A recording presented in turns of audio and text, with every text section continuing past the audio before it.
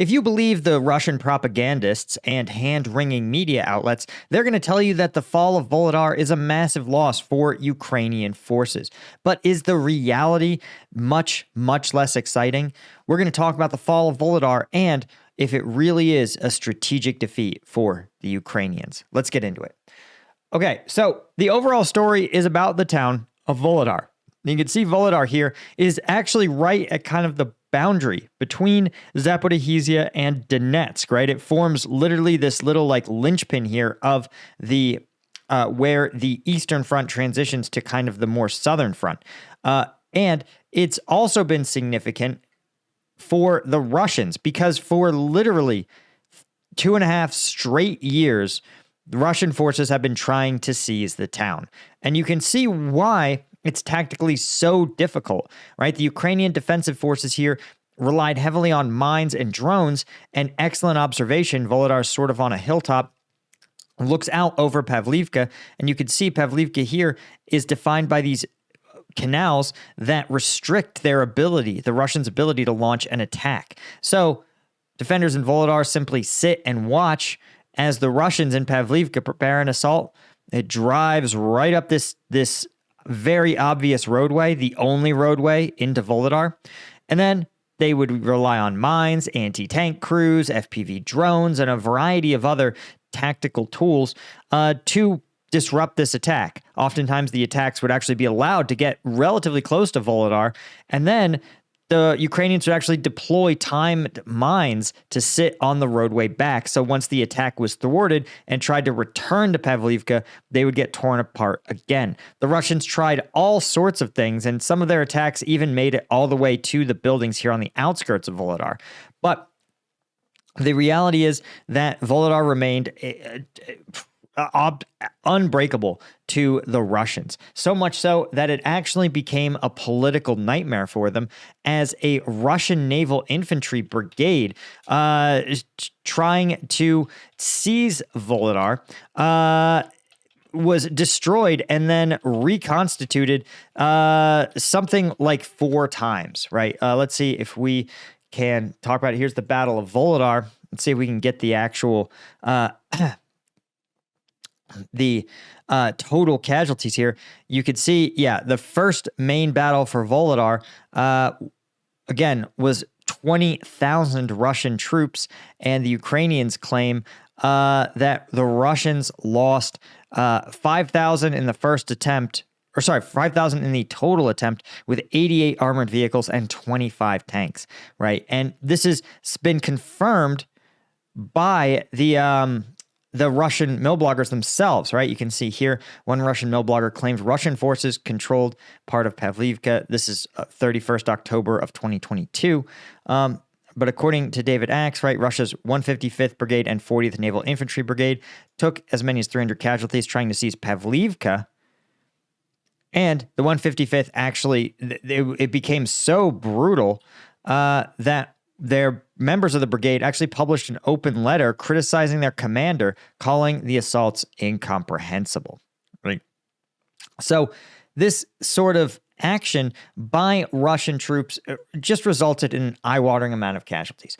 But it also became a symbol for Russia because while the Russian military was failing epically in Vulhedar, again, it's hard to explain. Imagine if a Marine Expeditionary Brigade got sent into combat and was wiped out entirely, and then they recruited new Marines and stood it up again, and then sent and got it wiped out again. That's what this is, okay? It became a symbol of Russian military incompetence because at the same time as the Russian military was failing to seize Vulhedar, the Wagner Group, right, the private military company led by the late Prigozhin, was actively seizing Bakhmut. It was working to take Soledar and was beginning to push into Bakhmut proper. It was a real humiliation for Russian armed forces who, again, were getting shown up by an entity that was effectively no different than Panera Bread, okay? Imagine having Panera employees, right, do the jobs that literally the U.S. Marine Corps couldn't do. It would be pretty embarrassing. And so for Russia, they never really stopped wanting to seize Vulhedar. Now, let's take us up to the last month or so. Russian forces have begun a offensive effort way to the west of Vulhedar. And you can see them here advancing over this canal and seizing some of this open terrain here. Now, the other problem is that there has been one brigade that has held Vulhedar this entire time, the Ukrainian 72nd. And the 72nd has not gotten a break since this war has started. And the problem is that they need reinforcements, right? They needed to be rotated out. And as a result, Russian forces were better able to begin to make some advances into particularly this area here. You also have, credit where credit's due, a lot of refinement in Russian tactics, right? They are using improved jamming methods. They also have a very systematic way of seizing territory that incurs high casualties, high losses, but it is effective. And so by running this playbook, the so-called meat wave assault playbook, they are able to seize the flanks of Vulhedar on the east and the west. And the result is once Vulhedar is being besieged on three sides and it doesn't have this obstacle, the canal here to contend with, the Russian military is much more able to apply lots of pressure onto Vulhedar, right?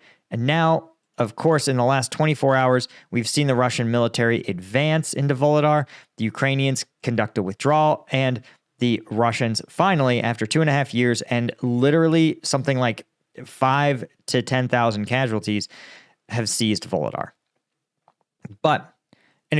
We're going to look at the media coverage of Vulhedar, and then we're going to talk about the actual tactical reality. But if you feel like you are holding out from all sorts of attacks on three sides, if it's the Russian military, caffeine isn't what you need.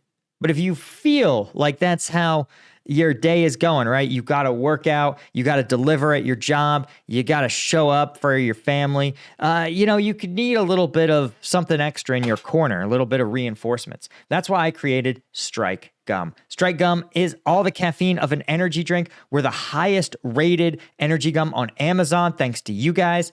And we're made in the USA and veteran owned. So go to strikegum.com, get your free shipping on orders over $40, get the subscribe and save, right? You cannot beat it. It is, if you are someone who is looking for an alternative to energy drinks, this is it, right? And it's obvious. There's a reason we have 4.9 stars. We have no sugar. We have all the caffeine of a Red Bull in each piece. So when you buy one pack of Strike Gum, you get the equivalent of 5 energy drinks worth of caffeine right in here. Plus 100 milligrams alpha GPC, no sugar crash, natural caffeine. Like I said, there's a reason we are the #1 rated caffeinated gum on Amazon. So go to strikegum.com or find us on Amazon. Link is in the description. Okay, let's talk about the way this is covered. All right. One, the summary from ground news actually says that Russia's army gained full control of the strategic town of Vulhedar. Vulhedar is not strategic. That is not the right term for this, right? This is, I think, the most accurate headline. With the fall of Vulhedar, a symbol of resistance is in Russian hands. That, I think, is the most accurate description. Russian circles, again, they're calling it strategic town, but you see it's literally from an RT website. Have a high degree of skepticism here. It's a Government of Ireland site, which is also sort of, I would expect better from the Government of Ireland. But, right, calling it a fortress in southern Donbass is accurate. Right, the Ukrainian army withdraws from Vulhedar and continues to back down in the face of Russian attacks. Russia reportedly captures key town of Vulhedar in eastern Ukraine. So, the coverage frames this as this very important town that's fallen. But join me in taking a look at the map. And specifically, we're going to look at the live UA map because they have the most detailed routes, etc. So here's Vulhedar, right? You can see the town here. One, there is nothing left of the town. For 2.5 years, Russian forces have been shelling the absolute dog shit out of it. But you can see with this withdrawal, there are already prepared Ukrainian positions in many other areas. And you could see that when people talk about Vulhedar, they're like, well, what does it do? What is the advantage that Vulhedar confers in a strategic sense? The answer is it has very little strategic value. Now, obviously, inflicting massive casualties and being a very difficult to assault position is itself extremely valuable, right? But Vulhedar is essential only to the defense of Vulhedar, right? And with the withdrawal of Ukrainian troops from Vulhedar, one, I suspect if I was a commander, I would strongly consider reinforcing Bohoyalenka and Novukarenka, right? These two towns here, again, can just relatively easily become Vulhedar Part 2s, right? You have similar constraints. You have some restrictive terrain, or terrain that's kind of framed by these canals. You have lots of open terrain surrounding it. And again, Vulhedar itself does not have any magic significance. It was imbued only with symbolic significance. And it's not, right? You see, it doesn't guard a key route to anywhere. The only route that... excuse me. The only route that it really it overlooks is a route running straight into Russian territory, into Pavlivka. So you see that the town of Vulhedar itself had a lot of symbolic value, and the Russians were willing to kill thousands to achieve a symbolic victory, to sort of redeem themselves, so to speak, after their humiliating failures. But to the Ukrainians, especially in the wake of General Syrskyi's mobile defense policy or strategy, there is no reason for them to have held out pointlessly. They should withdraw. They should probably yield all this open space and take up really meaningful fighting positions in these two towns where they'll run the same Vulhedar playbook all over again, inflicting large casualties on a Russian force that is willing to accept them. And again, I point this out because a lot of people, and especially the Russian shills, are going to wave their flags and claim they've seized some grand thing. But again, the map doesn't lie. Vulhedar is not a massive town. It is not Bakhmut. It is not Severodonetsk or Lysychansk.